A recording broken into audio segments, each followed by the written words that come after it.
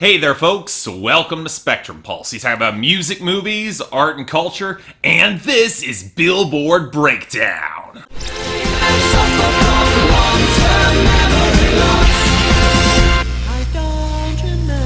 So let me tell you a little bit about my previous weekend. I had a party with friends on Friday, I went to a bachelor party on Saturday, and spent most of Sunday recovering and working my way through a bunch of records in my backlog to cover my schedule this week. All of which meant I have not yet had a chance to see Suicide Squad, which if you're judging by its second week numbers, if you didn't see it opening weekend, you likely didn't see it at all. And yet, it doesn't mean that I'm not talking about the movie, because it really was the biggest impact of the Hot 100, with considerable gains, a few new arrivals, one returning entry, and even a new top 5 track. Frankly, I'm a little bit bewildered. The soundtrack has had so much staying power, but popular phenomenon pop up all the time. I just wish I liked a lot more of it. So let's talk about that top 10, shall we? See as Cheap Thrills with Sean Paul holds on to the number 1 for another week, and frankly, I'm a little bit surprised it's held up this well. It's got a ton of airplay, sure, but sales, streaming, YouTube are continuing to fall off, and I can see it running into some trouble soon. And a lot of that competition comes from the big rebound for Cold Water by Major Lazer featuring Justin Bieber and Mia, which came back to number 2 on solid streaming, YouTube, and solid airplay momentum, even if it wasn't quite as dominant in sales as before. You would think that would be an issue, except when you see the miserable sales of This Is What You Came For by Calvin Harris featuring Rihanna. And sure, it's got so much YouTube and airplay it hardly matters, but streaming has been slipping, and it's not really gaining any more radio presence. What did get a lot of momentum this week was Heathens by 21 Pilots at number 4, our new top 10 entry, and one of the songs picking up the biggest gains from Suicide Squad. Huge streaming and sales of considerable YouTube, and yet the radio could not care less about this song. It picked up 0 traction there. Then we got the drop for One Dance by Drake featuring Kylo and WizKid, which took a considerable hit to number 5 as it fell off the top on streaming, had lousy sales, and spent the week bleeding airplay. It's still got a considerable presence, but it's dropping out fast. And that's good news for Closer by the Chainsmokers featuring Halsey, which is not a song I like, rising up to number 6, but does have considerable YouTube, dominant streaming, big sales, and even the start of some real airplay momentum. It managed to overtake Ride by 21 Pilots, which somehow managed to hold on to number 7 thanks to a small airplay rebound and basically holding the line on sales and streaming. It's not going to get any higher, but I'm a little bit amazed that it's lasted this long. Now this takes us to Don't Let Me Down, the other Chainsmokers song with Daya that slipped down to number 8 as it loses airplay, sales, streaming, and a lot of YouTube, which is not a good sign. And that takes us to Can't Stop the Feeling by Justin Timberlake at number 9, which somehow lost harder as sales slipped along with its airplay to match its consistently weak streaming. And then at number 10, we've got Needed Me by Rihanna clinging onto its shaky airplay and weakening streaming, especially as the sales get even weaker. Against stronger competition, I don't see this lasting in the top 10. And on that note,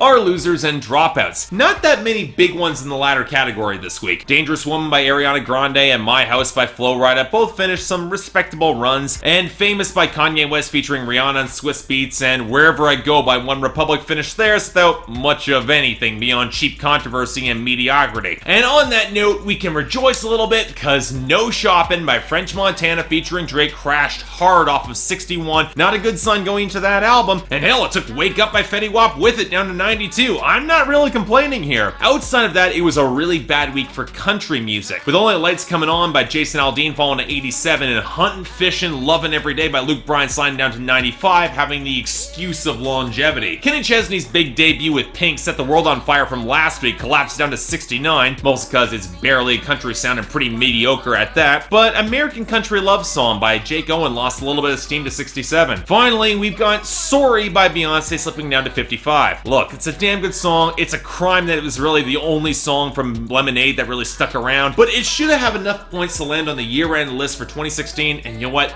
That's enough for me. I'm okay with that. Unfortunately, when we look at our gains and returning entries this week, the big story becomes Suicide Squad, and overall I'm not sure that's a net positive. Yeah, I'm happy that You Don't Own Me by Grace featuring G-Eazy came back yet again up to 60, but we also saw a huge boost for Sucker for Pain by Lil Wayne's Posse up to 15, and Purple Lamborghini by Skrillex and Rick Ross roaring up to 33. It doesn't help that most of our other gains are mediocre to outright crap. Come and See Me by Party Next Door featuring Drake up to 88 off of the album. Make Me by Britney Spears featuring G-Eazy rising because of hype, I'm assuming up to 43. Rise by Katy Perry goes up to 29, I assume because of the Olympics. Starving by Haley Steinfeld, Gray and Zed went up to 81 off the debut last week. No Limit by Usher featuring Young Thug up to 37 because really the video and even Usher at his worst is still Usher. And Unsteady by X Ambassadors up to 47, I have no idea. That song hasn't had any consistent chart progression since it arrived on the Hot 100. The best stuff we have here are Chill Bill by Rob Stone featuring Jay Davis and Spooks rising up to 85. It's not a great song, but it does stick in the memory. It's kind of grown on me. And This Girl by Kungs and Cooking on 3 Burners up to 65. Look, it's got momentum, but we've been down this road with songs like this before. I don't really have high expectations unless it's going to hold any momentum, unless it gets the radio, which it actually has some airplay. So, okay, let's not give up hope here, because I really like that song. So, okay, a bit of a promising note to end off there. Let's take a look at our new arrivals, starting off with number 100,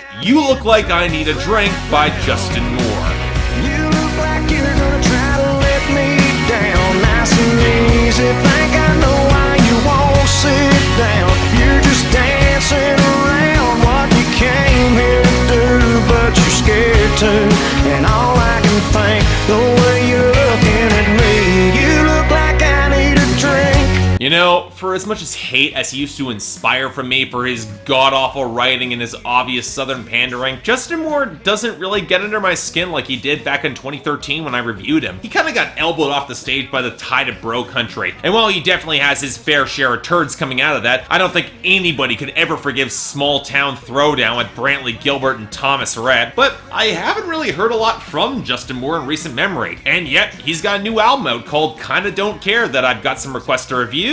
And honestly, I might cover it because this song isn't that bad. Maybe it's because I've heard how low mainstream country can sink in 2016, but the guitars have some decent bite and it at least sounds a little bit more organic, especially in the percussion. And hell, while I think the up-tempo vibe is a little bit awkward for the subject matter, he's watching his girlfriend on the cusp of breaking up with him and he needs a good stiff drink to get over it. You know, it kind of fits the awkwardness of the song, which really is all just deflection. I'm still not really a fan of Justin Moore's voice. The guy's got no subtlety whatsoever, and a singer with a little bit more nuance might have made this connect a little bit more deeply, but honestly, this is probably a step up for him. And even if it did take 9 months since the single release to crack the charts, I don't mind that it's here. So yeah, this isn't bad. Number 94, Do You Mind by DJ Khaled featuring Nicki Minaj, Chris Brown, August Alsina, Jeremih, Future, and Rick Ross. Do you mind? Do you mind? Do you mind? Girl, we've been right here thinking about it all night. Baby, you should be up in my bed. Ooh, do you mind? Do you mind? Baby, do you mind? Do you mind? Do you mind? Okay, I gotta be honest. For as much as I praised Holy Key last week, this is the DJ Khaled song that I see actually having some staying power until later of this year. And I kind of hope it sticks around because I've really come to like the song a lot. I'm trying to figure out why it works so well for me. Part of it, I think, coasts off of Nicki Minaj just holding the center with pure charisma as the woman enticing all these guys over. Part of it is how it never really needs to get all that explicit. Part of it is that it picks up a really good melodic sample that was once used by Lil Jon, Usher, and Ludacris for Lovers and Friends back in 2004. And yeah, wow, it's telling you need at least 3 R&B singers to match the charisma that Usher brought and 2 rappers to match Ludacris. But Do You Mind does manage to sidestep some of the really questionable lyrics in that song and all Lil Jon's presence, because wow, he did not belong there, and bring in a bit of a faster groove that might actually contribute to a better hook overall. And between a great piano groove and the sheer number of names attached to this, if they're gonna get a video going, this song is gonna get huge, and frankly, the chart will be better for it, because again, I really like this. Damn good song. Number 84, Cool Girl by Tove Lo. Cool girl, ice cold. I roll my eyes at you, boy. I'm a cool girl. I'm a cool girl. Ice cold. I roll my eyes at you, boy. So I'll confess, I've been a little bit worried about Tove Lo's follow-up to her pretty solid debut album, Queen of the Clouds, a modern pop record that was sleek, likable, and suggested the sort of ambition that I've really missed in pop, especially this year. I may have cooled a little bit on her singles thanks to a bit of overexposure, but her team up with Nick Jonas on Close was pretty solid, and I was looking forward to the lead-off single from her sophomore album called Lady Wood, an album title that I guarantee that I will never be able to take seriously. And this song, it's actually pretty interesting, that's for sure. Playing into Tove Lo's reckless bad girl persona, I like the delivery and the idea behind the lyrics. Reportedly inspired by the Cool Girl speech in Gone Girl, which delves into the complicated dynamics of how girls can change their behavior to win over guys to fit a male definition of cool while not seeing the same compromise. She's playing a part that's not really her on this song, and lyrically it falls into a similar sentiment. Tove Lo is keeping things casual, playing off the cool girl, but right below the surface, she wants something more real, a little bit more intense, but she doesn't shy away from painting as a little bit darker and harder to handle. It takes a skilled performer to handle that balance and make it attractive, and she gets there, and I just wish the production worked as well. It's what you would expect from Tove Lo by now, minimalist dark synths touching against the sides of cavernous techno with a breezy snap, but then you add that odd nasal mid-range synth that starts to bleed over the vocals in the second chorus, and it's just an addition that's not needed here. But outside of that, I might respect the execution of the song more than I outright like it, but I can see this growing on me a fair bit. Yeah, well done, good song. Number 64, Bohemian Rhapsody by Panic at the Disco. Didn't mean to make you cry. If I'm not back again this time tomorrow, carry on, as if nothing really matters. Okay, let me get this out of the way right now. Nobody should ever remake Bohemian Rhapsody. As much as I've heard the song butchered hundreds, if not thousands of times at karaoke, it's still a gloriously indulgent Queen classic that transcends camp into something timeless and powerful. And it's so defiantly Queen, you're better off just leaving it the hell alone. But if anyone was gonna remake it, well, I can definitely see the appeal for Brandon Urie to try. I'm not wild about the mix that feels too cleanly arranged. Those strings should never have been here at all, and some of the arranged vocals and the exaggerated vocals on the midsection could have been handled a little bit better. And don't get me started about how heavy the percussion felt on some of the metal segments, but it ties into an issue that I've seen crop up when Bohemian Rhapsody is redone. It doesn't feel raw enough. Queen in the 70s was rough and had a wild grandeur that few could match, and not only can Brandon Urie not match Freddie Mercury's insane upper register, he's just a shade too stiff and dignified to really match Freddie Mercury's charisma. I will give him points for trying to so faithfully recapture every single moment in melodic flourish, but in doing so he made a version of the song that feels oddly lifeless, not having that same spark to it. It's not a bad song. Again, for most people it would be plenty serviceable and the underlying composition holds up regardless, but as a longtime Queen diehard fan, yeah, nope, not for me. Number 62, Gangsta by Kehlani. To always forgive me, ride or die with me. That's just what gangsters do.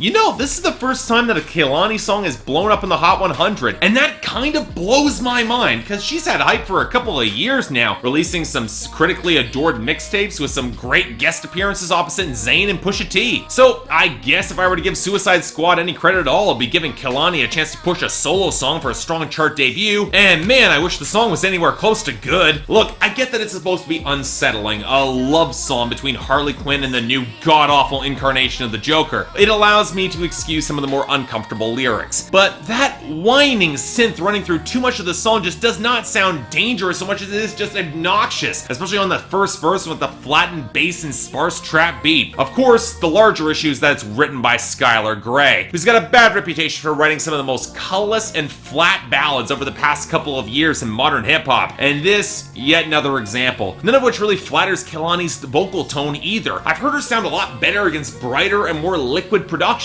and this, for the most part, it just leaves her high and dry. In other words, yeah, I can't say that I'm not disappointed here, because this really isn't all that good. Sorry. And finally, number 12, Let Me Love You by DJ Snake featuring Justin Bieber. Let me love you. Don't you give up, nah, nah, nah. I won't give up, nah, nah, nah. Let me love you. Let me love you. So when I I covered DJ Snake's Encore, I knew in my heart that this song was going to be pushed as the next single, and I immediately had a bad feeling about it. Not because the song is bad, it's really not. The wiry synth that plays off the sharper beat in a cavernous mix that does build to a pretty decent groove, and Justin Bieber doesn't sound half bad here, especially in his falsetto. The problem is that it's a collaboration with no surprises or much reason to exist. The instrumental features DJ Snake on autopilot before his post-chorus Woody Woodpecker-esque solo. The lyrics are Justin Bieber is pleading for this girl not to leave or fall asleep at the wheel of her relationship so he can love her. It's so colorless, we've seen him do this before. How the song just feels like it's missing a solo or something to really add some punch to it. Like so much of the charting songs in 2016, it feels too short and ephemeral in the least interesting way. Not good, not bad, and not really worth caring about, if I'm being honest. And yet, putting that song and Kehlani aside, I actually didn't mind a lot of this week. Gangsta by Kehlani is getting the worst, I'm sorry, but it's honestly more mediocre than aggressively bad. And yet, compared to how good DJ Khaled's Do You Mind is that whole posse, I don't really care all that much at the end of the day. I don't expect much of the Suicide Squad songs to stick around coming next week though, so we could be in for a busy week at the end of our summer. So keep in mind that Billboard Breakdown is going to look a little bit different coming our next 2 weeks as I'm on vacation. But until then, I'm Mark, you're watching Billboard Breakdown on Spectrum Pulse, and I'll see you next time.